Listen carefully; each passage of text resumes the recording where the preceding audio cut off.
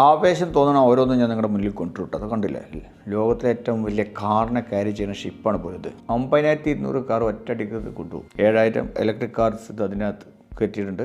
ബ്രസീലിലേക്ക് പോണ പോക്കാ. അപ്പോൾ ഇത്രയും കാറുകൾ ഇങ്ങനെ ഒന്നിച്ചിങ്ങനെ പാക്ക് ചെയ്ത് കഴിഞ്ഞാൽ കപ്പലല്ല അങ്ങോട്ടും ഇങ്ങോട്ടും ഒക്കെ ഇളകിക്കഴിഞ്ഞാൽ ഇവന്മാർ തമ്മിൽ ഇടിച്ച് മൊത്തത്തിൽ അവിടെ എത്തുമ്പോഴേക്കും ജ്യൂസ് അടിച്ച പോലെ അവ പോവില്ലേ എന്നൊരു തോന്നലുണ്ടാവും അല്ലേ? കൊട്ടും കാറ്റുകളൊക്കെ ഉള്ള കടലിൽ കൂടെയല്ല പോണത്. ഇതങ്ങനെ നമ്മൾ വിചാരിക്കണ പോലെ അല്ല. കണ്ടില്ലേ ഈ ഓട്ടകളൊക്കെ നോക്കി? ഇത് ഇങ്ങനെ ഭംഗി കൂട്ടാൻ ഉണ്ടാക്കിയതല്ല. ഇത് ഇങ്ങനത്തെ കാറുകളെ പിടിച്ച് കെട്ടിടാനുള്ളതാണ്. അതായത് കൃത്യമായ സ്പോട്ടിൽ ഓരോ വാഹനങ്ങളും കൊണ്ടു നിർത്തിയതിന് ശേഷം അങ്ങ് വരിച്ച് മുറുക്കും നാല് സൈഡിൽ നിന്ന്. ഇനി കൊടുങ്കാറ്റല്ല, ഇനി ഷിപ്പ് മുങ്ങിയാൽ വേറെ വണ്ടി നിന്നെടുത്ത് നൽകില്ല.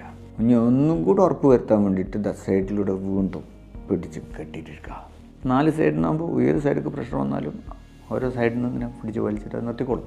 എല്ലാം സെറ്റായിന്ന് കണ്ടു കഴിഞ്ഞാൽ പിന്നെ പോക്കായി. ഇങ്ങനത്തെ ഒരു ഷിപ്പ് വാങ്ങിക്കണം തോന്നുന്നുണ്ടോ?